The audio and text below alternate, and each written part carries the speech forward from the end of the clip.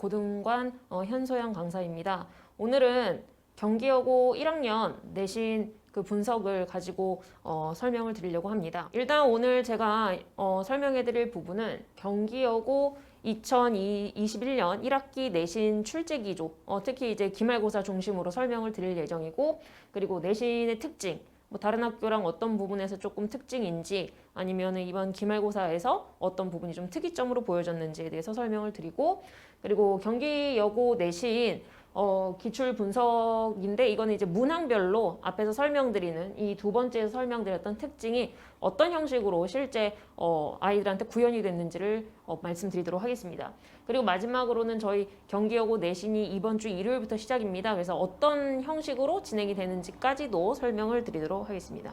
일단 경기여고 시험 범위가 1학기 때는 이렇게 구성이 되어 있었습니다. 그러니까 교과서가 기본적으로 당연히 들어가고, 그리고 올림포스라는 부기를 사용했었는데, 학교별로 조금 차이는 있지만 대부분의 학교들이 이제 교과서 같은 경우에는 고등학교 1학년 수준으로 한 개 내지 두 개 과가 들어가게 되고, 경기여고 같은 경우에는 이번에 4과 정도만, 한 개 과만 들어갔다라고 나오고 있고요. 그리고 올림포스는 독해 기본 2인데, 마찬가지로 고등학교 1학년생이지만 고등학교 2학년 대상으로 나와 있는 부교재를 마찬가지로 선정을 해줬고, 좀 특이점이 뭐냐면 경기여고는 부교재의 양이 많지는 않습니다. 많지는 않습니다만 이제 여기에 기본으로 깔고 들어가는 게 이제 모의고사가 2개 학년께 들어가기 때문에 그게 조금 특이점이라고 말씀을 드릴 수 있습니다. 일단 보시게 되면 능률김 말씀드렸고요. 그리고 올림포스 7에서 10과 정도면 일반적인 학교들의 절반 정도에 해당되는 범위라고 봐주시면 될 것 같고, 2020년 고등학교 1학년, 2학년 모의고사, 6월달 모의고사 듣기가 특이하게 들어갔었다라는 말씀이고요. 그리고 2021년 올해 고등학교 2학년 독해가 28번부터 32번까지 같이 들어갔다고 보여집니다. 그럼 이제 경기여고 내신 기출 분석을 말씀을 드리겠습니다. 이번 21년 1학기 기말 영어 같은 경우에 점수 배점표를 먼저 제가 보여드리고 있는데요. 선택형은 총 70점 만점에 24개 문항이 나왔고, 서술형 같은 경우에는 30점 만점으로 표면적으로는 8개 문항입니다만 그 안에 이제 작은 문제들이 병합이 돼서 총 12개 문항을 아이들이 풀어줘야 하는 상황으로 진행이 됐습니다. 대부분의 학교들이 이제 뭐 표면적으로 얘기하는 그 문항 개수와 실제 서술형 같은 경우에는 그 안에 세부적으로 또 이제 문제가 더 들어가고, 그 안에서 또 이제 부분 점수가 들어가는 부분이 있기 때문에 이 부분, 이 서술형 부분에 있어서는 어머님들께서 문항수 번호 자체보다는 그 안에 어느 정도의 소문항들이 들어갔는지를 기준으로 봐주시는 게 제일 좋을 것 같습니다. 일단 이걸 보면서 말씀을 드리자면 경기여고도 어법 문제에 대한 강조가 좀 많았던 학교고, 특이점은 이제 어법을 그냥 아이들이 눈으로 보고 푸는 게 아니라 이게 왜 맞는지에 대해서 정확한 설명으로 옳은 것을 골라라 라는 문제가 출제가 되면서 단순히 아이들이 교과서를 암기하거나 부교재를 암기해서, 그래서 난 이걸 봤기 때문에 이게 어법으로 여기에서는 형태가 맞았던 거야 라는 식의 공부, 그러니까 피상적으로 형태를 위주로 보는 공부를 지양하겠다라는 의도로 보이고요. 평소에 정확하게 어법에 대한 이해와 그리고 평소 문제를 풀면서 이게 왜 여기에서 답인지 오답 정리가 좀 습관화가 된 친구들 같은 경우에는 오히려 자신의 변별력을 좀 보여줄 수 있었던 기회로 작용하지 않았나라는 생각이 듭니다. 어법 같은 경우에는 총 24개의 객관식에서는 3개의 문제가 출제가 되었으며, 서술형에서는 어법을 포함한 문제가 원래는 3.5개라고 봐야 정상인데, 이제 거기서 제가 0.5를 왜 뺐냐면 그게 어휘를 기반으로 이제 그 형태를 바꾸는 거라 어휘 문제로 그 분석이 됐던 부분이 좀 있어가지고 그걸 제가 좀 뺐습니다. 하지만 어머님들도 아시겠지만 평소 아이들이 어휘를 암기하면서 그 품사라는 걸 많이 간과하거나 무시를 하고 외우는 경우들이 적지 않은데요. 그렇게 평소에 외우다 보면 좀 이따 보여드릴 문제가 있긴 하지만 이런 문제를 풀 때 이거 뜻은 내가 뭐 명사인데, 원래는 명사인데 동사로 암기를 했었어 평소에. 그러면 그게 이제 서술을 할 때는 이게 내가 알고 있는 형태가 동사 형태인지 형용사 형태인지 명사 형태인지를 정확하게 가늠을 하고, 그래서 내가 이 품사를 바꿔줘야 되는지 다른 형태로 조금 내가 변형을 시켜야 되는 게 맞는 건지 아닌 건지가 혼란이 있을 수 있습니다. 그렇기 때문에 어휘를 평소에 암기할 때는 품사 자체도 같이 보면서 암기하는 게 훨씬 더 중요하다라는 걸 이제 경기여고 시험에서는 좀 그런 부분들이 많이 보여진다라고 말씀드릴 수 있고, 어휘와 마찬가지로, 그러니까 아니, 어법과 마찬가지로 어휘도 굉장히 좀 강세가 됐었던 부분이 있었던 시험이었는데요. 문항수는 똑같습니다. 그리고 선택형만 봤을 때는 점수상으로 0.1점, 거의 비등한 비중을 차지한다고 볼 수 있고요. 기본적으로 어법과 어휘는 평소 학생들의 성실도의 측정치이기도 하기 때문에 학교에서 많이 강조하는 부분이 있고, 실제적으로 어머님들께서 이해를 해주시면 좋은 거는 모의고사에서는 워낙에 이 두 가지가 당연히 기본이 되는 부분이고, 내신에 있어서는 이 두 가지가 어떻게 보면 중심적인 역할을 하게 된다라는 그 서로 다른 유형의 시험에서 그 포지셔닝이 조금은 다르다.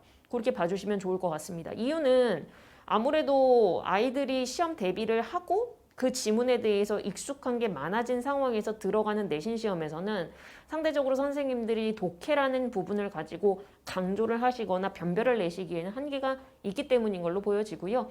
그렇기 때문에 뭐 내신을 조금 잘하는 친구들이나 모의고사를 좀 잘하는 친구들이나 이게 두 가지를 다 잘하는 친구들도 분명히 있겠지만 평소 학생의 어떤 그런 학습 습관이나 아니면 뭐 본인이 조금 더 집중하는 부분이 어느 부분이냐에 따라서 모의고사가 조금 더 잘 나오지만 내신에서는 조금 삐그덕거릴 수가 있는 거고, 그 반대도 마찬가지의 경향이 나타날 수는 있습니다.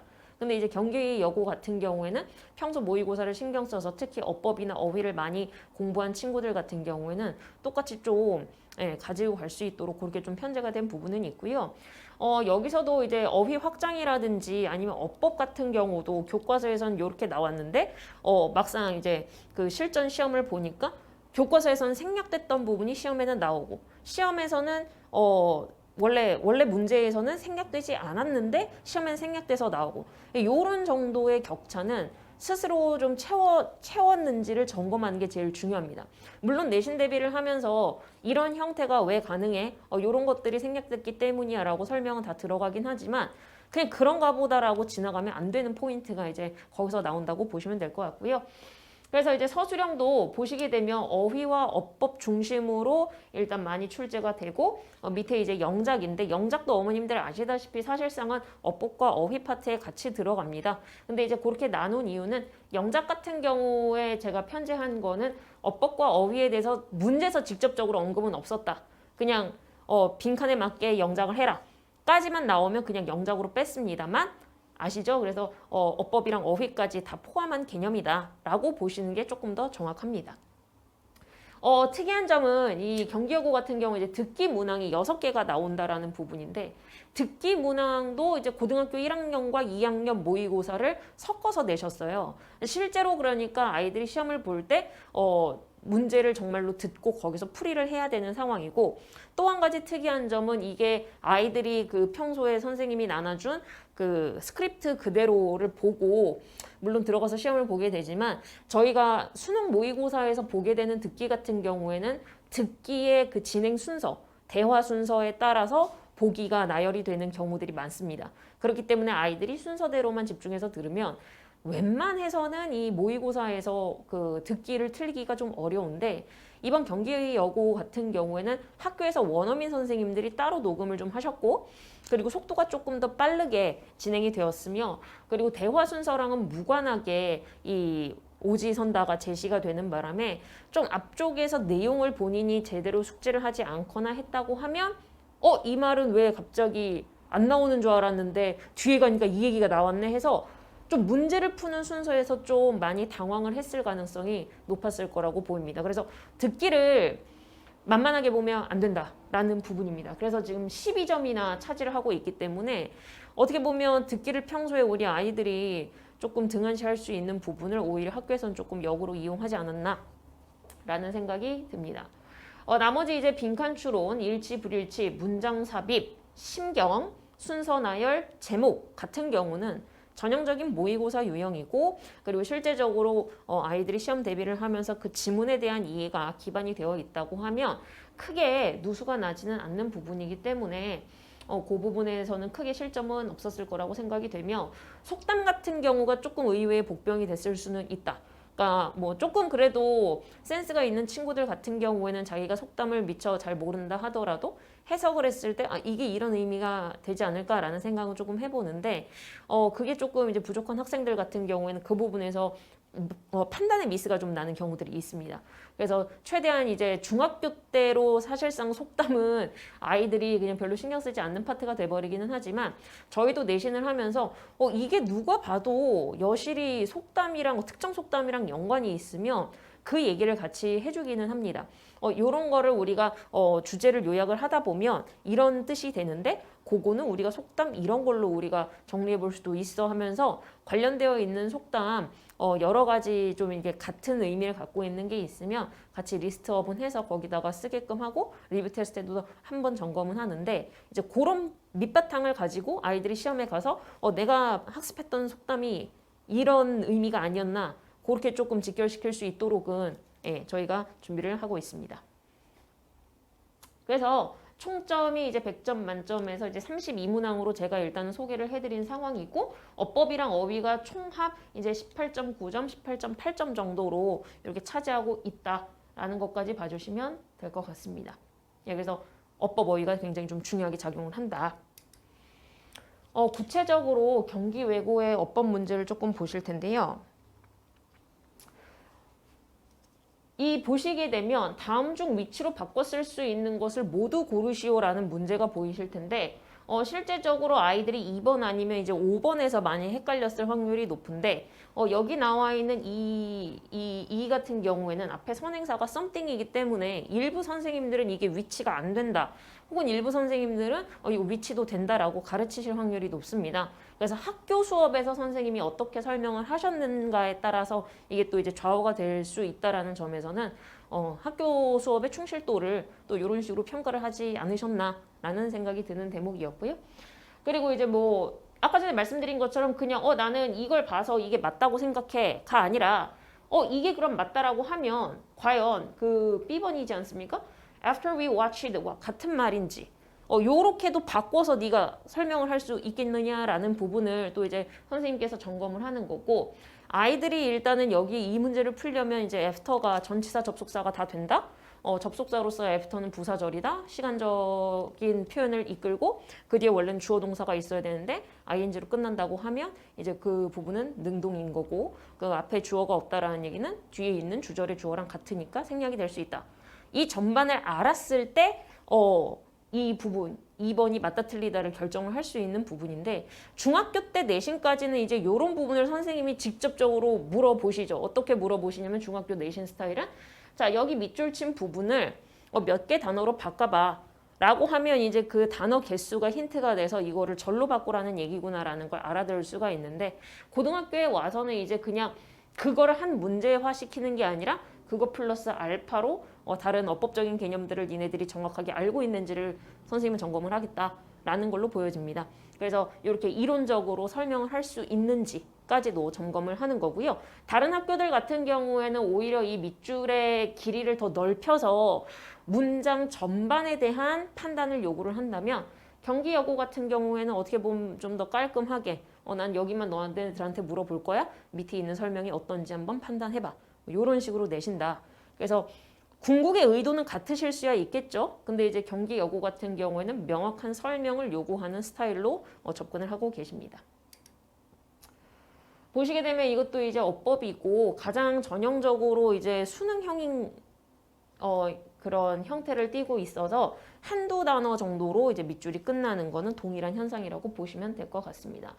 여기서 이제 뭐 틀린 거 2개를 고르시오라고 얘기를 하는 경우에는 이제 2개만 고르면 된다라는 그래도 어떻게 보면 아이들의 기준 장치가 되는 거고요. 뭐 다른 학교들 같은 경우는 그냥 있는 대로 다 골라라.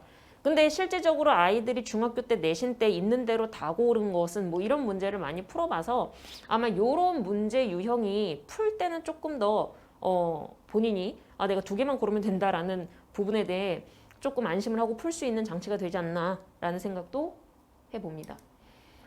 다음으로 이제 어휘 파트로 갑니다. 그래서 어휘 파트 같은 경우에도 의식적으로 네가 이 단어 뜻을 그냥 아는 것뿐만 아니라 이 단어가 여기 있었지가 아니라 바꿔 쓸 수 있는 말까지 아는지 점검을 하겠다라는 것으로 보여지고요. 그래서 여기 1번, 2번, 3번, 4번, 5번에 대해서 동의어로 처리될 수 있는 부분들 그 중에 이제 하나 정도만 선생님께서 전혀 무관한 단어를 달아주시면서 한번 아이들한테 물어본 것으로 보입니다. 그리고 옆에 나와 있는 건 이제 전형적인 모의고사 유형이고 낱말의 쓰임이 적절한 것을 모두 고르시오 해서 어떻게 보면은 중학교 때 내신 형을 그대로 조금 형태만 바꿔서 내셨다고 보시면 됩니다. 그래서 어휘와 어법이 되게 좀 닮아 있는 형태로 출제가 된다. 둘 다 의식적으로 말로 설명할 수 있느냐라는 것과 그리고 고르는 부분에 있어서도 개수를 정해주시는 것과 아닌 것들이 동일하게 지금 반복되는 패턴으로 나오고 있습니다. 마지막 이제 어휘 문제고 요 문제에서는 조금 특이하게 두 개가 이제 반대말이거든요. 그래서 반대말의 사용을 조금 선생님이 물어보고 계시는데 또 같은 단어가 지금 4개가 나오는 상황이라서 어떻게 보면 되게 좀 쉽지 않나라고 생각을 할 수 있지만 오히려 이런 문제들일수록 그 흐름에 따라서 정확하게 앞뒷 문장의 호흡을 잘 봐야 되고 어디에선가 역접이 생기지는 않았는지 이런 것들을 좀 미세하게 뜯어봐야 된다는 점에서는 좀 문제를 풀면서 본인이 알고 있는 내용에 기반한 것과 그리고 흐름에 기반해서 이 분명히 안에서 선생님이 단어를 바꾸신 게 있으실 거라서 내가 공부할 때 봤었던 그 단어들이 여기 있는 제시된 2개의 단어들과 같은 뜻이었는지 다른 뜻이었는지 이런 것도 조금 본인이 가늠해야 된다라는 부분이 어떻게 보면 더 크게 부담으로 작용했을 가능성이 높아 보입니다.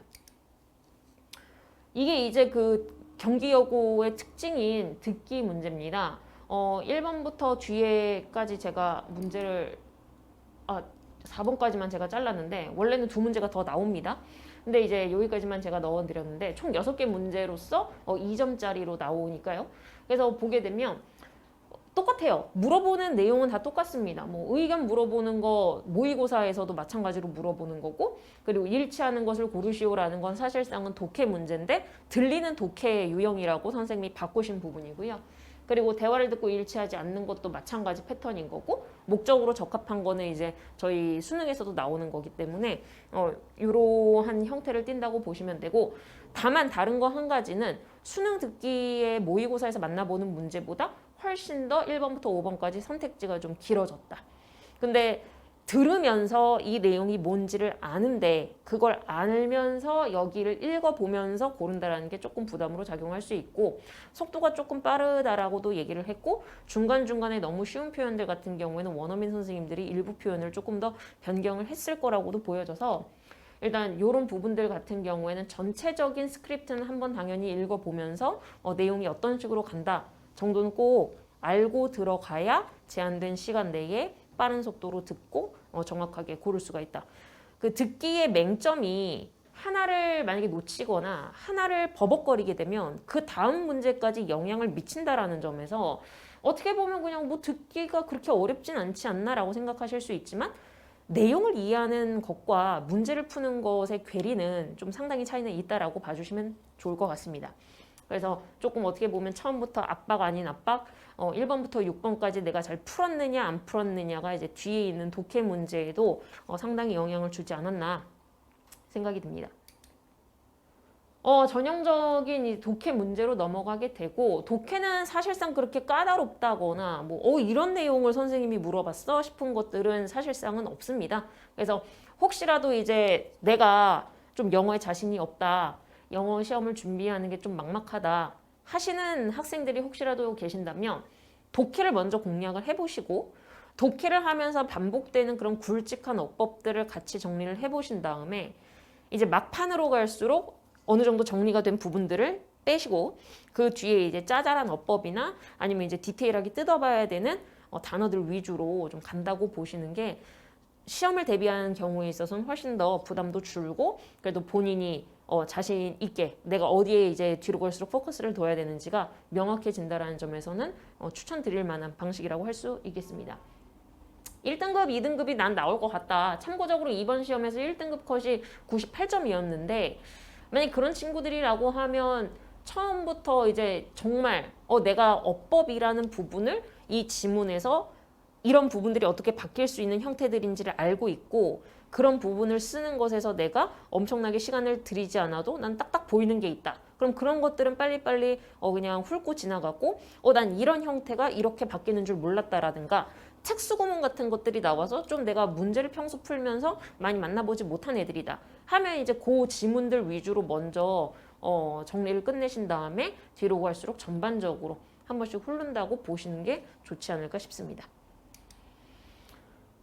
빈칸 추론 계속 이어지는 부분이니까 요거는 그냥 넘어가도록 하겠습니다.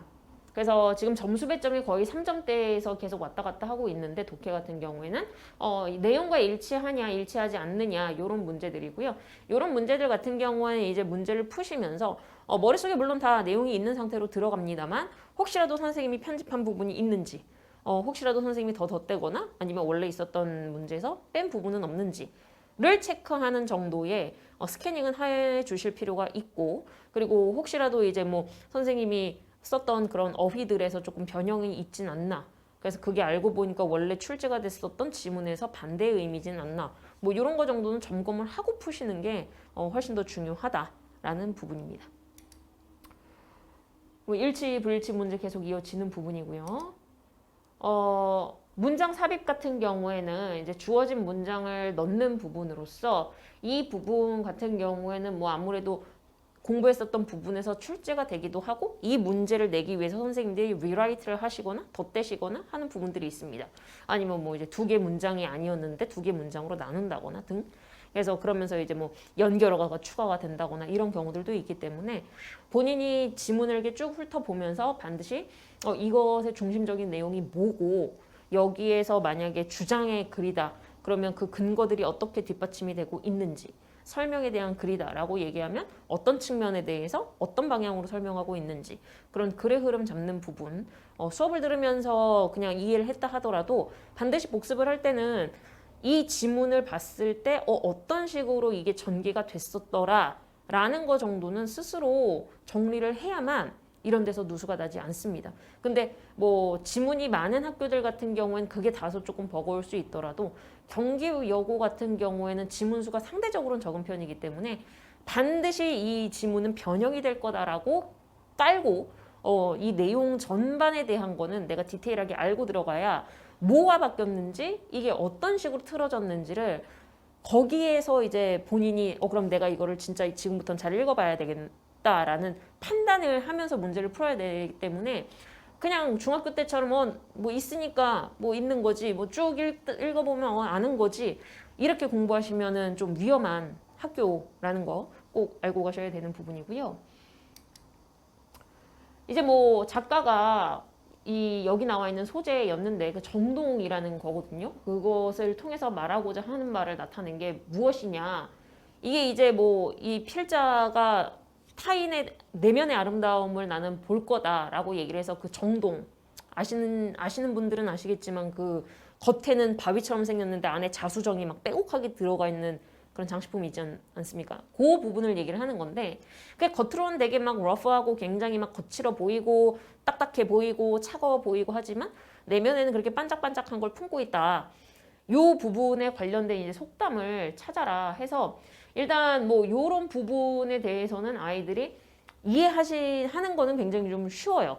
내용을 이해하는 건 쉬운데 밑에 이제 속담을 골라라 라고 얘기를 하면 1차적으로 이 속담들이 직역을 했을 때는 무슨 말인지 모르는 경우들이 좀 생긴단 말이죠. 그렇기 때문에 이거에 대한 중심 생각이 뭐고 그래도 너네들이 이 중심 생각을 기반으로 뭐 생각나는 속담이 있냐 없냐 뭐 이런 것들을 조금 점검을 해보면서 저희도 이제 속담에 대해서는 정리를 해드리면서 그래서 뭐 3번 같은 경우에 You can't judge a book by its cover 해서 겉모습만 보고는 우리가 모른다 뭐 이런 거라든가 뭐 이제 아이들이 아는 게 많죠. 그래서 그런 부분들에서 어떤 게 조금 더 적합한지를 골라라.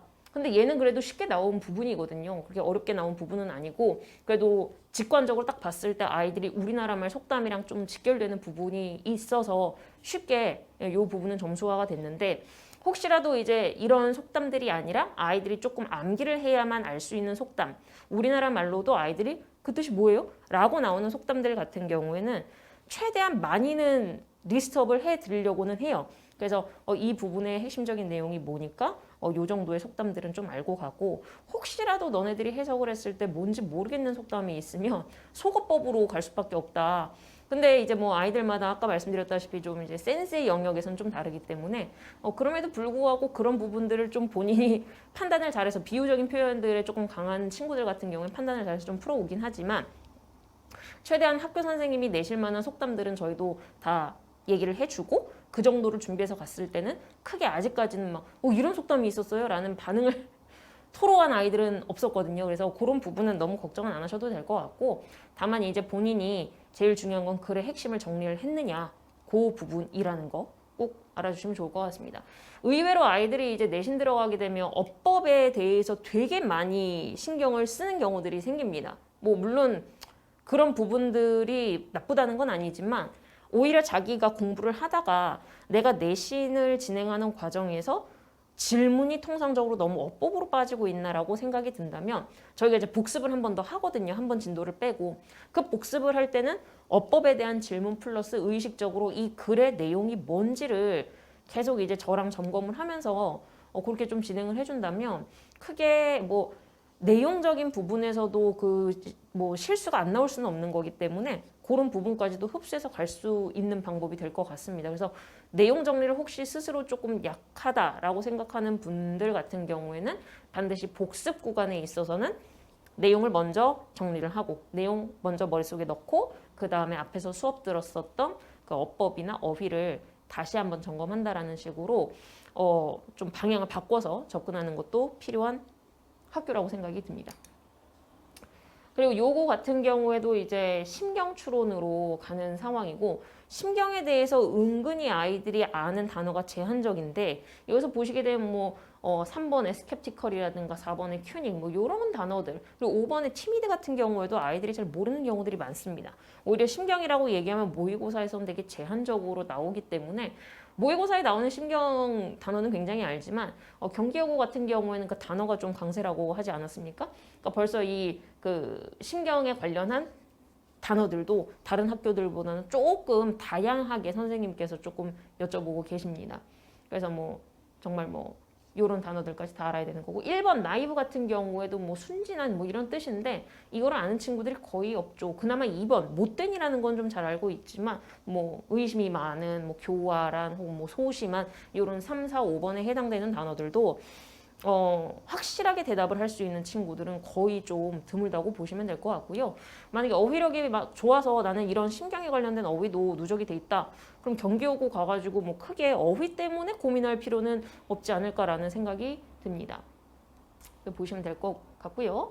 그리고 뭐 여기 뭐 5번 같은 경우에는 비터가 왜 이게 왜 심경 어휘죠? 뭐 이렇게 물어보는 아이들도 있는데, 이제 그런 경우에는 이제 직역에 꽂혀 있는 아이들이 많아가지고 비터의 뜻이 뭐야? 뭐 그렇게 풀어서 이제 그렇기 때문에 얘가 이제 심경으로 가면 이런 뜻이야라고도 알려주게 됩니다. 그래서 직역에 너무 몰입되어 있는 친구들 같은 경우에는 그 맥락에 따라서 어떤 뜻으로 풀릴 수 있는가, 그런 부분들도 좀 건드려주면 그래도 어휘력이 시험 기간 동안에 뚫리는 경우도 좀 있어서 그렇게 좀 준비를 하면 되지 않을까 생각이 들고요. 요 지문 같은 경우에 이제 다른 학교들에서도 나왔던 지문인데, 경기여고는 역시나 이 내용이 어렵지 않아서 아마 난도를 좀 높이시려고 어휘로 출제를 한 것 같습니다. 그래서 그런 어휘에 대한 강조는 어휘가 아니긴 하지만 어휘로 강조할 수 있는 유형에서 같이 나타난다고 보시면 되고, 사실상 그 요거는 어휘에 저는 넣고 싶었는데 그래도 여기 심경이라고 나와 있기 때문에 제가 심경으로 빼긴 뺐습니다. 글 뒤로 순서를 바르게 나열한 거는 뭐 기본적으로 다 뭐 아이들이 저희가 리뷰 테스트 같은 거 볼 때 보는 상황이라서 크게 이런 부분에서 누수가 나는 친구들은 없고, 그래서 이제 뭐 경기여고는 아닙니다만 뭐 다른 학교 같은 경우에서는 이렇게 글 순서 나열하는 문제 5개를 묶어서 이제 하나로 출제를 한다거나 뭐 그렇게도 출제가 가능한 이유가 아이들이 다 내용을 알고 있고 흐름을 알고 있기 때문이라고 봐주시면 됩니다. 제목 문제인데, 이 제목을 은근히 아이들이 틀리는 이유가 이제 뭐 글에서 언급되어 있는 단어가 있으면 아이들이 이제 거기에 대한 친숙성으로 많이 고르는 경향들이 있어서, 저 같은 경우도 리뷰 테스트 때 이게 제목이 왜 이거야 라는 거에 대해서 좀 아이들이랑 질의 응답을 좀 하는 편입니다.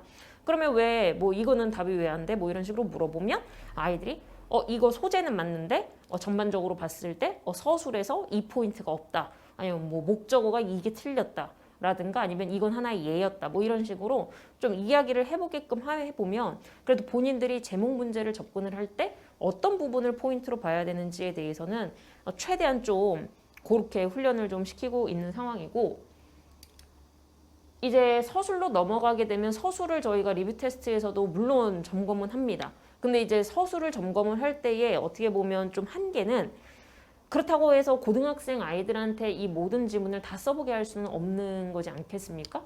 근데 이제 경기여고 같은 경우에는 그래도 서술을 위한 서술 문제가 한두 문제는 지금 나오고 있는 상황이기 때문에 무작위로 이런 좀 호흡이 긴 문장이라든지 아니면 구문이 조금 특이한 것들이라든가 아니면은 뭐 구문이나 뭐 이런 것들은 평이하지만 아이들이 단어를 조금 바꿔서 써야 되는 경우들 같은 경우에는 그냥 한번 써보라고 그렇게 랜덤 형식으로도 지금 출제를 해볼 생각에 있고, 실제 여기서 보시게 되면 주어진 단어를 다 활용을 하고 필요한 경우에 어휘를 추가해라. 그래서 얘도 따지고 보면 어휘 문제가 절반이라고 보시면 되고 어법 문제가 절반이라고 보시면 될 것 같습니다. 내용이야 뭐 어차피 선생님께서 한글 해석을 주셨기 때문에 크게 어렵지는 않을 것 같고요. 여담입니다만 제가 이번에 그 구문 영작 특강을 진행을 하면서 보니 대부분의 아이들이 뭐 내신에서도 마찬가지긴 하지만 그나마 내신은 외우면 어느 정도 해결이 되는 부분이 없지 않아 있긴 하지만 대부분의 아이들이 우리나라 말 해석을 줬을 때 우리나라 말 자체에 대해서 생각을 좀 많이 안 하는 편입니다. 그러니까 우리나라 말 그냥 내가 뭘 써야 되는지만 보는 정도로 끝나더라고요. 근데 그렇게 보는 것보다는 여기서 나는 그렇게도 많은 다양한 사람들이 전혀 만나보지도 못한 가족들을 위해 집을 지으러 왔다라는 사실이 놀라웠다. 그럼 일단 기본적으로 나는 놀라웠다라는 게 주어 동사가 돼야 된다. 그리고 그렇게도 많은 다양한 이라는 게 사람들이라는 명사를 지금 꾸며주는 거다. 그래서 일단 기본적으로 사람들이라는 걸로 내가 종속절의 주어로 삼아야겠다. 뭐 이런 식의 분석이 굉장히 부족한 부분을 이번에는 많이 봐서 실제로 아이들이 한글 해석이 나오면 한글 해석에 대한 분석을 훨씬 더 많이 하는 시간이 필요하고, 그리고 나서 이제 단어를 배치를 하고 어법적으로 고치고 전체 보면서 혹시 이제 뭐 틀린 점이 없나 그렇게 접근하는 게 제일 좀 좋은데, 그런 방법을 의외로 모르는 그 중학교 3학년, 고등학교 1학년 학생들이 많다라는 거. 그래서 그런 부분들을 위주로 이제 개별 첨삭 시간에는 좀 할애를 할 계획이고, 이런 부분들에 대해서 아이들이 이제 내신 때 시험을 보게 되면 그냥 백지로 내는 경우들이 많은데, 그런 부분들도 어떻게 보면 이제 한글 해석이 나와 있는 부분은 해석만, 우리나라말 해석된 부분을 분석만 잘해도 충분히 점수 직결이 가능하다. 그렇기 때문에 이런 문제를 오히려 조금 더 본인이 딱 점수화를 시키려고 포커스를 둬야 하는 부분이라고 생각이 듭니다. 우리나라 말 분석을 좀 잘하면 이거는 다 점수화가 될 수 있다라는 부분을 먼저 말씀드리고 싶었고, 또 이제 밑에 보시면 이제 컴플레인에 알맞은 형태를 쓰시오 게 나와 있는데, 그 뒤에 있는 건 이제 뭐 컴플레인이라는 단어를 줬기 때문에 이건 어법 변형으로 보는 게 적절하다. 그래서 앞에 or가 있는 상황이다. 그래서 뭐 여기에서 보시게 되면 전체적으로 뭐 병렬 구조니까 그거에 맞춰서 얘를 형태를 뭐 ing를 붙여서 바꿔야 된다. 뭐 이런 식의 문제로 출제가 되었습니다. 그 다음에 어법상 틀린 부분이 있는 것 3개를 골라 기호와 틀린 부분을 쓰고 해당 부분을 바르게 고쳐 써라가 나왔는데, 요게 이제 전형적으로 다른 고등학교 내신에도 공통적으로 나오는 부분이고요. 앞에서는 이제 선생님이 이 부분이 왜 이런 거야 라고 해서 아이들한테 물어보신 거라고 얘기를 한다면, 좀 이런 부분들 같은 경우에는 직접 고르고, 근데 이제 3개라고 말씀을 또 주셨죠? 고르고 거기서 그러면 어떻게 네가 실제적으로 고치는 게 맞는 건지를 한번 얘기를 해보자. 뭐 이런 식으로 이야기가 나온 부분이고, 문장 단위가 조금 길어졌죠? 그러니까 밑줄이 그어져 있는 부분이 조금 더 길어졌기 때문에 전체 해석을 통해서 이 부분이 어떻게 해석이 돼야 되는가, 그래서 그 부분에 대해서 적합한 형태가 무엇인가로 접근을 해야 된다. 그런 부분에서 조금 이게 길어지다 보니까, 사실 객관식을 푸는 거랑 방법이 다르지는 않습니다만, 객관식은 아이들이 이거 해석을 해보니까 해석이 이렇게 돼야 되는데 얘는 좀 아닌 것 같은데? 라고 해도 풀 수는 있어요. 그런데 여기서는 아닌 것 같은데 까지는 온다 하더라도 어떻게 고쳐야 되지? 이걸 모르면 이제 점수화가 안 된다라는 맹점이 있는 거죠. 그래서 앞에서는 이제 선생님들이 밑줄 그은 것 중에 틀린 거를 고르는 것과 설명이 적합한 것 아닌 거를 고르라는 걸로 두 가지를 이제 양분화해서 내신 거고, 여기서는 그 두 가지가 합쳐져서 출제가 됐다고 보시면 될 것 같습니다. 근데 그런 것 치고는 지금 점수 배점이 좀 약한 부분이 있어요. 3점. 그 정도? 그리고 이제 본문에서 각각 한 단어로 찾아 써라 라는 얘기는 이제 본문에서 반복되는 어휘들 같은 경우에는 한대부고 같은 경우에도 반복되는 어휘는 무조건 그게 그 시험 출제 대상이 될 수 있다라고 공식화가 조금 될 수 있는 학교 중에 하나인데, 경기여고 역시 본문에서 찾아 쓸 수 있는 단어라고 얘기하면 그게 반복된다라는 거 아니겠습니까? 이제 그런 부분들은 이제 아이들한테 이 지문에서 이 단어가 지금 반복해서 나오고 있으니까 이런 부분들은 둘 중에 하나 아니면 뭐 셋 중에 하나가 블랭크 처리돼서 나올 수 있고, 형태가 바뀔 수 있다라는 것도 이제 알고 가야 된다. 뭐 여기선 동사로 나왔잖아. 근데 이걸 여기선 동명사로 바꿔야 돼. 뭐 이런 식으로 이제 접근을 할 수 있는 부분이 생깁니다.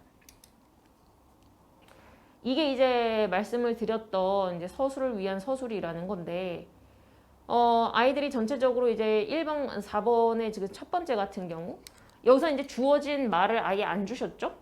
이거는 앞에서 한국어를 줄 때, 우리나라 말 해석을 줄 때는 그냥 아이들이 그 주변을 크게 읽지 않아도 풀 수 있는 문제지만, 이건 선생님이 이제 리딩까지 하고 여기 뭐가 들어가야 되는지를 생각을 해봐라. 해보고 나서 그 형태에 맞게 영작까지 해봐라. 라는 요구까지 더해져서 앞에서 우리나라 말을 주셨을 때보다 아이들은 이제 독해를 먼저 좀 진행을 한 다음에 여기에 내가 무슨 말을 넣어야 맞는 건지를 고심을 해보고 그 부분에 대해서 자기가 어떻게 쓰겠다. 근데 그 어떻게 쓰겠다라는 건 이제 역으로 주어진 단어를 기반으로 한국어 해석을 생각을 해야 되는 거죠. 그렇게 했을 때 내가 이 that을 가지고 동격의 대처리를 할 건지 아니면 관계대명사 대처리를 할 건지, 그 해석상 뭐가 더 맞는 건지 그거를 빨리 판단을 해서 써야 되는 문제입니다. 그래서 공부를 해서 물론 가긴 하지만 아이들 입장에서는 그 모든 지문에 대해서 일단 단편적으로 조금 이제 쪼개서 보고 들어가는 경우들이 많기 때문에 이런 문제가 나오면 일단 스킵하는 친구들이 좀 많아요. 근데 이제 이런 부분들 같은 경우에는 글을 전체적으로 정리를 해보면서 이 글의 전개가 어땠고, 이 글은 중간에 한번 정리를 해줬었고, 아니면 중간에 한 번 더 덧붙이는 얘기를 해줬었고, 이런 흐름이 좀 정리가 돼 있다면 그냥 첫 번째 문장 읽고 이거 내용 기억나, 어떻게 진행이 됐었지, 여기에서 뭐를 덧대는 말이 나왔었지, 그럼 여기에서 그 belief에 대한 설명이 어떻게 나왔었는지, 동격으로 갔는지 아니면 뭐 수식으로 갔는지, 이런 부분들을 조금 추정해서 같이 갈 수가 있는 거죠. 그래서 암기를 해야 되느냐?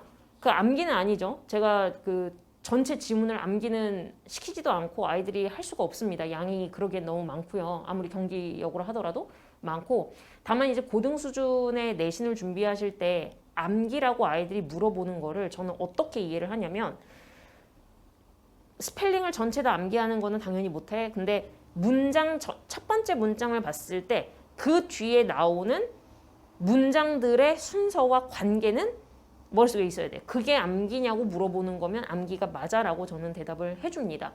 근데 이제 지금 중학교 때처럼 암기를 하는 거는 못하죠. 물론 뭐 하겠다 그러면 굳이 말리지는 않지만 그렇게 하는 게 다른 과목들에게도 굉장히 비효율이지 않겠습니까? 그래서 일단은 지문을 보게 되면 그 지문이 어떤 문장들을 가지고 어떤 순서로 진행이 되는지는 꼭 봐라. 그리고 그게 네 머릿속에 떠야 된다. 첫 번째 여기서 most belief까지 보는 순간 그 뒤쪽에 있는 내용들이 머릿속에 떠야 그 시험은 네가 풀자마자 답이 맞는지 아닌지를 체크하고 넘어갈 수 있는 시험이 된다라고 저는 전달을 하고 있습니다. 그거고, 그리고 이제 문맥상 틀린 단어는 이제 전형적인 단어 문제. 그래서 이거를 찾는 것뿐만 아니라 바르게 고쳐라. 근데 이제 고치는 거는 이제 본인들이 봤을 때 그나마 이거는 내가 이 지문을 몇 번 반복해서 봤는데 여기에 내용이 뭐였어. 그러면 그 부분에 대해서는 그 어휘를 그대로 쓰시면 되는 부분이겠죠. 그래서 평소에 단어를 좀 암기를 해야 된다. 근데 의외로 고등학교 내신도 그렇고 중학교 3학년 내신도 그렇고 중3 애들은 본문 암기에 더 치중을 하느라 단어를 잘 안 외우고, 고등 애들은 그냥 단어를 잘 안 외웁니다. 그래서 남겨서 시험을 보고 뭐하고 하지만 제 시험을 몇 번을 봐도 통과를 못한다라는 얘기는 단어를 평소에 암기를 많이 안 해봤거나 단어의 중요성을 모르거나 하는 경우들이 좀 많죠. 그래서 내신 때는 딱 단어 시험을 봤을 때 한 번에 통과를 하는 정도의 학생이 조금 더 가능성이 높다고 저는 개인적으로 이 친구가 이번에 시험을 그래도 잘 볼 가능성은 좀 더 있겠구나라고 나름의 척도로 좀 삼을 정도로 아이들이 단어를 거의 막바지에 가서 오늘 못 외우면 못 가라고 얘기가 나올 정도가 돼서야 이제 그제서야 막 암기를 하는데 그러면은 좀 곤란해집니다. 고등학생들 같은 경우에는 단어가 평소 본인 어휘력이 있는 것도 당연하지만 내신에 들어가고 우리가 이거 시험 볼 거야 라고 했을 때 준비가 안 되어 있는 학생들 같은 경우에는 통상적으로는 끝까지 가도 준비가 안 되는 상태로 이게 들어가 버려요. 근데 단어라는 걸 학원에서 강조를 하고 시험은 물론 봅니다만 이게 메인은 또 아니기 때문에 저희도 애들이 뭐 시간이 안 돼서 가야 되고 뭐 해야 되고 그러면 최대한 시간을 맞춰서 제 시험은 보지만 좀 불안해지는 케이스가 된다. 그래서 단어는 그냥 머리로만 기본으로 하지 말고 정말로 내가 내신을 들어갈 때 단어를 모르고 내가 혹시라도 여기 나와 있는 단어들 그러니까 파생했거나 확장시킨 단어가 아니라 그냥 나와 있는 단어들을 모른다? 좀 위험하다. 그렇게까지도 생각을 좀 해주셔야 내신 대비에 있어서 그래도 좀 본인이 이런 부분은 점수화를 시킬 수가 있어요. 그래서 단어에 대한 강조는 너무들 많이 하고 자주 해서 들리지 않겠지만 고등 내신은 그게 정말 중요하다라는 거. 그러니까 많은 아이들이 간과를 하지만 정말 그게 기본 중에 기본이 돼야 그리고 그 기본이 없으면 아무리 다른 것들을 잘 해도 남들 다 맞출 수 있는 난도에서 이제 미끄러져 버릴 수 있다라는 거. 그걸 좀 크게 인식을 해주시는 게 제일 좀 중요합니다. 뭐 어법에만 목을 많이 맨다고 아까 전에 말씀을 드렸는데 사실은 단어는 기본으로 다 되어 있는 상태에서 어법에 목을 매는 게 맞거든요. 그래서 그런 부분은 어머님들께서도 저희가 이제 문자가 나가고 하잖아요. 그래서 가볍게 여기지 마시고 꼭 좀 이제 그런 부분들은 숙지를 같이 할 수 있도록 말씀 전달 부탁드립니다. 어법 틀린 거는 뭐 아까 전에서도 나왔던 거니까 여기서는 이제 특이점이 밑줄이 없죠. 탭스에서 이제 어법 파트 4에 보면 이제 이런 형식으로 나오는데 이거는 이제 본인이 읽으면서 해석을 정확하게 직독직해를 하면서 읽어야 점검이 같이 되는 부분이에요. 그래서 그냥 나 이 지문 알아 그게 아니라 나 이 지문 공부했고 자 그러면 내용이 이렇게 정리가 되고 해석 맞아 이렇게 했었어 이런 형태 맞아 이런 형태는 이렇게 해석이 된다고 했었지 근데 얘는 이게 왜 나온 거야? 그게 눈에 읽으면서 걸려야 된다라는 점 때문에 상당히 집중을 잘 해야 되는 부분이고 해석이 굉장히 명확하게 떨어져야 됩니다.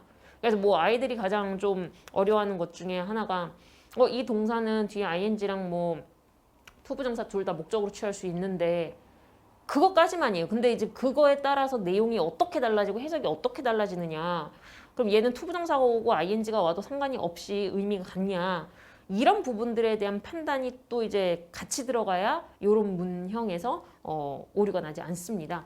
그래서 상당히 조금 어떻게 보면 시간을 많이 잡아먹을 수 있는 구간이고 부분 점수로 선생님이 주시기가 굉장히 용이한 부분이죠. 왜냐면 3개를 찾으라고 했는데 2개밖에 아이가 못 찾았어요.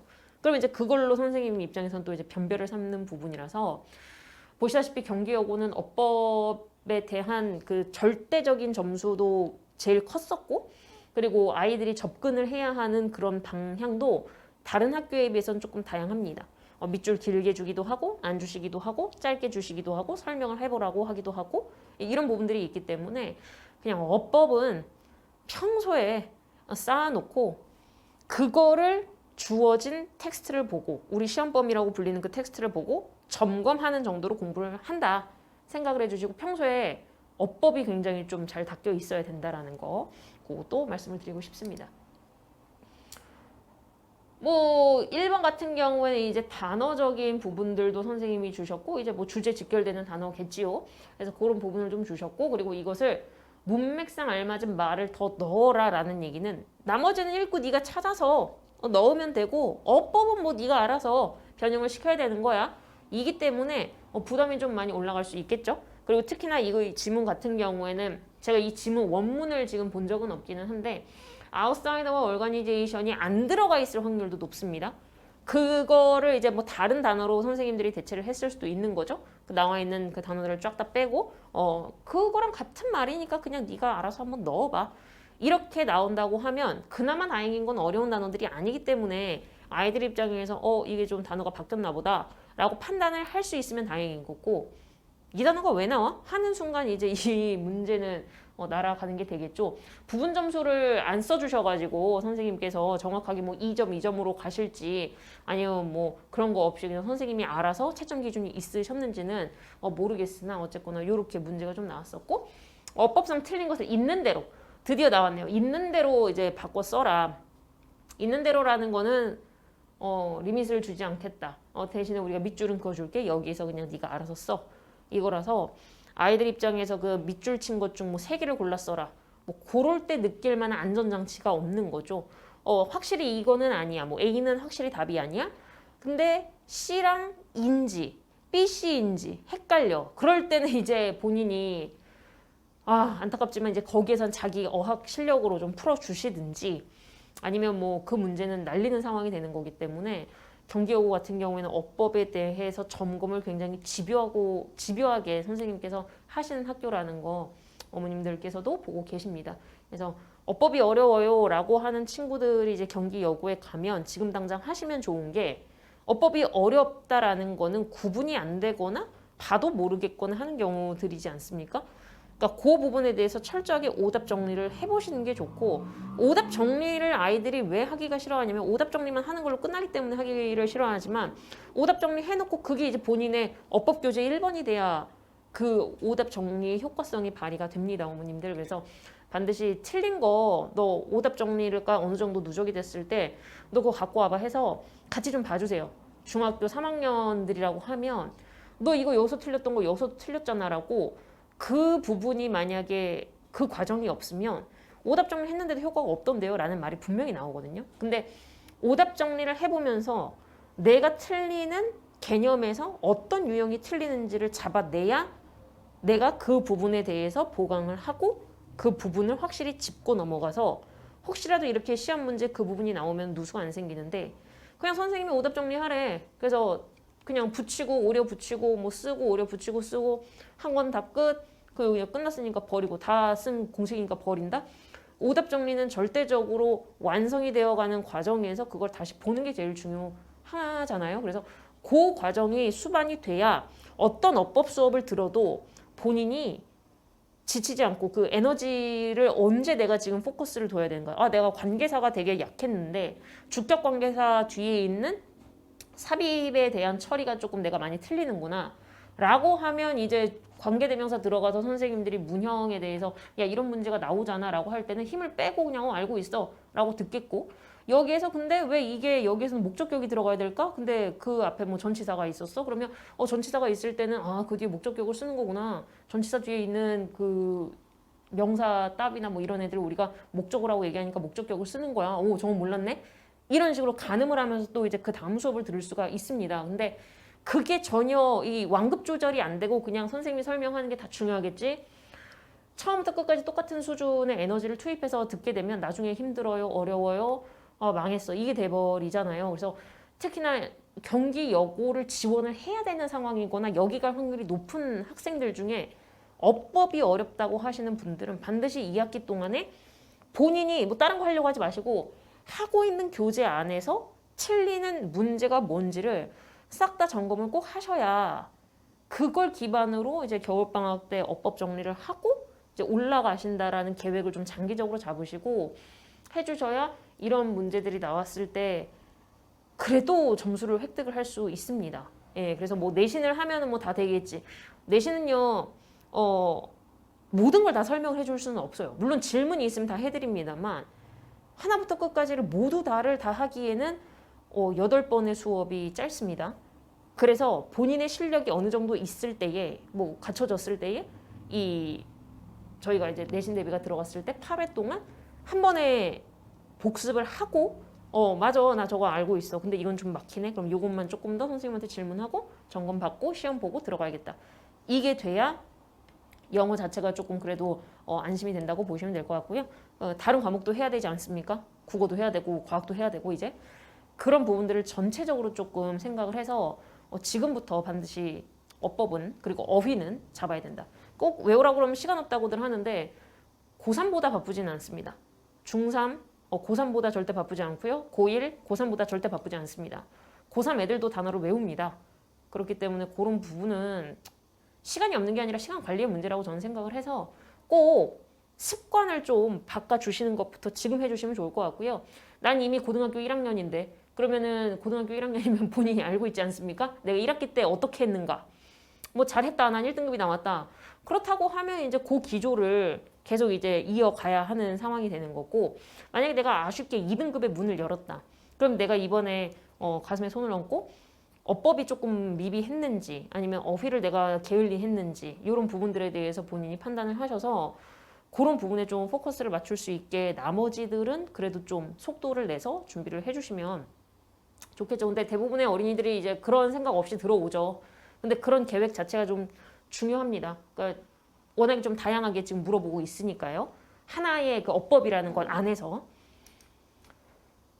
서술이고요. 보시게 되면 뭐 단어 쓰는 거야 뭐 크게 문제는 안 되겠지만 밑에 보시게 되면 윗글의 빈칸에 알맞은 말을 다음 보기에 우리말에 주어진 단어를 활용하고 우리말에 맞게 주어진 단어를 활용하고 이게 우리나라 말로 되게 좀 어색하게 하지만 아이들이 최대한 알아들을 수 있게 전개되게 하면서 명사가 동사를 하게 하면서 그러면 이제 시키는 주체가 따로 있는 거 아닙니까? 오형식 쓰라는 얘기거든요. 그러니까 이런 부분들을 우리나라말 해석을 딱 보고도 이거 오형식이네 를 알 수 있을 정도로는 좀 최대한 설명은 하고 훈련을 시킵니다. 그래서 그런 거 그렇기 때문에 이게 우리나라 말 분석이 중요하다는 말씀이에요. 그래서 요 부분에 대해서 이제 뭐 써봐라 뭐 이런 것들이 나왔죠. 단어 첨가는 이제 기본인 게 보이실 거예요. 필요한 단어는 네가 알아서 찾아서 써. 내용 알고 있지? 그리고 그 어법적으로 변형해야 되는 거면 뭐 알아서 할 수 있지? 이 두 가지가 그냥 암묵적으로 깔린다고 보시면 되는 거죠. 그러니까 결국에는 서술은 다 어법이 다 들어가는 부분이다 라고 봐주시면 됩니다. 서답형 8번이고요. 이제 요약문 완성인데 이제 이렇게 마지막에 철자를 주면 굉장히 아이들이 힘들어합니다. 이게 터널 시야가 된다고 하잖아요. 그래서 아래만 꽂혀가지고 본인이 알고 있는 단어들 중 알로 시작하는 애들에 꽂히기 마련이에요. 그래서 이제 그런 것들을 조금 피하려면 미완성된 서술문을 먼저 좀 읽고 글의 내용이 기억이 나면 이제 거기에 대해서 이 내용이 여기 무슨 단어가 들어가야 되는데 그 단어에서 알로 시작하는 게 뭐가 있었지? 분명히 파생어일 확률이 높죠. 왜냐면은 여기 본문에 나와 있는 단어들은 보통 선생님들이 앞글자를 안 주시거나 본문에 한 번만 나왔는데 그걸 선생님이 지워신 상황이시거나 한 경우들이 태반이라서 이렇게 이제 철자를 주시는 경우들이 많습니다. 그래서 결국에는 내용을 요약을 하면서 그 요약에 필요한 단어들 정도는 기본 단어라는 거잖아요. 이게 핵심 요약이니까. 그러니까 결국에는 다시 어휘가 평소에 암기를 하면서 내신 들어갔을 때 어휘 시험 본다고 하면 그걸 만만하게 생각하면 안 된다라는 거죠. 왜냐면 그 어휘 시험 안에서도 이제 아이들한테 이 단어는 이미 우리가 외워서 알고 있고 그거랑 동의어가 뭐뭐뭐야 라고 진행이 돼야 되는데 기본 단어 자체가 입력이 안 돼 있으면 그 진행되는 단어들은 당연히 더 멀리 느껴지고 급하지 않다고 생각을 하게 돼요. 그래서 일단 그런 부분들 때문에라도 어휘는 미리미리 다 땡겨서 암기를 해야 된다. 그래서 학원에서 단어 시험 본다고 하면 1차에 다 통과한다라는 걸 목표로 해야 한다. 그만큼 신경 써야 된다라는 얘기입니다. 그래서 경기 여고 내신 프로그램은 제가 뭐 중간중간에 뭐 복습을 할 거다 뭐 이런 식으로도 말씀을 드렸는데 정확하게는 이제 리뷰 테스트를 저희가 매번 보죠. 그래서 정규 때도 보고 내신 때도 당연히 보게 됩니다. 그래서 2주차부터 이제 진행이 되게 되고 마지막 주차까지 진행이 됩니다. 그래서 항상 이 복습시험 결과는 어머님들한테 문자로 송부가 되고 학원 문자를 혹시 잘 이게 뭔가 오는 것 같지 않다 하시면 제가 상담 전화 드릴 때 바로바로 말씀 주시면 좋을 것 같고요. 그리고 교과서 및 부교재 수업이 이제 순차적으로 진행이 되는데 통상적으로 교과서를 하루 첫날 다 끝내는 편입니다. 첫날 다 끝내는 이유는 교과서보다도 부교재의 비중이 더 높고 교과서 같은 경우에는 이렇게 한번 진도를 나가놓고 그 뒤에 복습 시험으로 계속 이제 점검을 할 수 있는 정도의 분량이기 때문에 그렇게 좀 진행이 되고 있습니다. 그리고 복습 시험 같은 경우에는 전체 이제 제가 수업했었던 내용 중심과 그리고 아이들한테 다 설명했던 부분들을 최대한 다 넣은 시험으로 서술형 위주로 좀 봅니다. 객관식보다도 서술형이 훨씬 더 많습니다. 그래서 변형 문제 풀이가 이제 1주차부터 5주차까지 시험으로 나가는 것도 있고 숙제로 나가는 것도 있고 그렇게 좀 양분화시켜서 진행이 되고요. 지문 다시 보기가 이제 5주차에서 마지막 주차까지 진행이 되고 아이들 요구가 있는 경우에는 이제 여기서부터는 추가 등원이 생겨날 수는 있습니다. 그러니까 아이들을 제가 또 봤을 때 심각하다. 이래선 안 된다 하는 아이들은 이제 별도로 부르기도 하고 수업이 조금 이제 그때부터 변동이 조금은 생길 수 있다라는 거, 그거 말씀을 먼저 드리고 기출물 문항풀이 같은 경우에는 이제 모의고사 형식으로 한 번씩 풀어봅니다. 그래서 너무 기출 문항이 많다. 뭐 저희가 경기여고 기출만 출제를 이렇게 주는 게 아니라 전국에서 이제 같은 교과서나 같은 부교재를 썼던 학교들의 기출 문제를 저희가 갖고 있어서 이제 그 부분도 같이 건드리면서 니네 학교 스타일이랑 조금 다르지만 물어보는 내용은 거진 비슷하지, 핵심은 거진 비슷하지 이러면서 이제 설명을 해주고 문제를 풀게 됩니다. 그리고 이제 마지막에는 직접 보강이 진행이 되죠. 그렇게 해서 총 9번의 수업 정도가 진행이 된다고 보시면 되고 일요일 오전 9시부터 1시까지 이번 주부터 진행이 됩니다. 뭐 이렇게 시험을 보는 부분에서 이게 점검은 기본적으로 이렇게는 들어가는데 이게 복습 시험은 아닙니다. 이건 그냥 아이들한테 한번 풀어봐라는 점검이고 복습 시험 같은 경우에는 뭐 이렇게 보는 거 플러스 제가 문제를 다 담지는 않았지만 밑에 이제 무언가를 찾아 써라, 뭐 어떤 부분의 조건에 맞게 바꿔 써라, 뭐 이런 부분들도 같이는 들어갑니다. 그래서 뭐 요거 같은 경우에는 이제 빈칸에 맞는 거를 이제 다 리라이트를 제가 해가지고 여기 1번부터 5번 중에 원래 있었던 표현이 없는 걸로 이렇게 좀 진행도 해보고 뭐 넣어라, 뭐 이렇게 한번 다 써봐라, 뭐 이런 식으로도 보게 됩니다. 이게 실제적으로 가장 많은 형식의 복습 시험이라고 봐주시면 될 것 같습니다. 뭐 이런 식으로 이제 아이들 교재가 지금 준비가 되어서 나갈 예정이고. 이런 식으로 아이들 전체 점검을 해주는 거 들어갈 거고 그리고 기출 문제는 이런 식으로 진행이 될 겁니다. 그래서 보시면 되고요. 그리고 직전 보강 같은 경우에도 이제 아이들이 제일 요구를 많이 하는 게 전체 한번 정리를 해달라는 요구인데 직전 보강을 그래서 그 전주 마지막 시간 끝나고 나서 아이들한테 어려운 지문 먼저 조금 속관해서 물어보고 그거 먼저 진행을 한 다음에 질문이 없긴 하지만 이제 막판 정리는 이런 식으로 정리를 합니다. 최종적으로 문제를 풀어보는 걸로 정리를 하고 있고요. 그렇게 하면 이제 8주가 어떤 친구들한테는 굉장히 좀 짧은 시간이 되기도 해요. 왜냐면 저희가 그날 진도를 좀 쭉쭉 빼는 편이고 학교 진도보다 이제 앞서가게 되면 아이들이 조금 너무 양이 많다 뭐 이렇게 얘기를 하는 경우도 있는데 경기여고 같은 경우에는 그래도 원문으로 한 번 또 살펴보고 또 변형이 될 수 있는 부분들도 같이 봐야 된다는 점에서는 조금 속도를 그래도 기존에 제가 했었던 그 속도로 진행이 돼서 복습은 무조건 한 번 이상은 돌아야 되는 걸로 보여집니다. 그래서 이전에 사실은 1학기 때 해주셨던 선생님이 이제 다른 분이셨는데 그분이랑 진행을 하셨던 학생들이 만약에 들어온다고 하면 물론 그 선생님이랑 진행을 하면서 조금 본인들이 어느 정도 좀 하기에 수월했거나 아니면 하기에 그게 조금 더 효율적이라고 생각하는 부분들은 그렇게 조금 진행이 되는 걸로 맞춰서 나갈 생각이고 그거랑 이제 반대로 제가 생각하는 이제 복습 시험의 유형은 좀 꼬치꼬치 물어보는 것들이 좀 많아가지고 이제 그런 부분들에 대해서는 좀 아이들이랑 중간에 조율을 필요하면 하든지 아니면 그냥 그래도 이건 우리가 해야 되는 거니까 하자라고 조금 이제 데리고 가든지 아마 그렇게 방향이 좀 씌워질 것 같습니다. 그래서 경기여고 같은 경우는 앞에서 설명드린 부분처럼 시험 유형이 녹록하지 않기 때문에 학습적인 양, 절대량이 조금 많아질 수밖에 없습니다.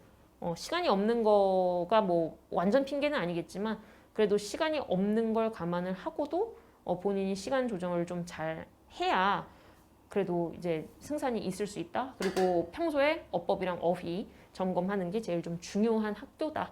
근데 그게 어차피 나중에는 뭐 수능에도 직결되는 거지 않습니까? 그래서 어머님들께서도 내신 동안에는 조금 안타까운 마음이 드시겠지만 그래도 할 거는 해야 이게 절대량이라는 게 그래도 좀 있는 상황이기 때문에 그게 다 돼야 시험에서 기대를 해볼 수 있다라는 것. 그거 조금 염두를 해주시면 좋을 것 같고 지금 중학생이신 어머님들이 혹시 중학생이신 아이를 데리고 계시는 어머님이 이걸 지금 보고 계신다고 하시면 물론 그 아이들마다 조금 어법에 대한 이해도가 다릅니다. 하지만 그 부분에 대해서 그 해당하는 학생이 약한 어법이 있다라고 하면 그것부터 문제를 풀고 오답 정리를 통해서 역으로 이론을 네가 이러이러한 게 모르는 게 이것 때문이니까 역으로 우리가 이론을 뒤에서 정리를 하자라는 식으로 방향을 좀 바꿔서라도 진행을 해주시는 게 제일 중요할 것 같아요. 많은 어머님들이랑 상담을 하다 보면 어법이 약하다고 하면 자꾸 뭔가 수업에서 이론을 되게 들어야 될 거라고 생각을 하시지만 실질적으로 아이가 약한 부분에 대한 그 문제 유형이 어느 것인지를 좀 파악해보는 과정이 많이 생략되는 것 같아서 안타까운데 정규 수업을 듣거나 특강 수업을 들으면서 이제 그거는 가정 내에서 반드시 좀 하고 그거 기준으로 저희 쪽으로 질문을 하도록 유도를 해주시는 게 제일 어떻게 보면 효과적이지 않을까라는 생각이 듭니다. 네. 여기까지 일단 경기 여고에 관련해서 제가 드릴 수 있는 말씀은 드린 부분이고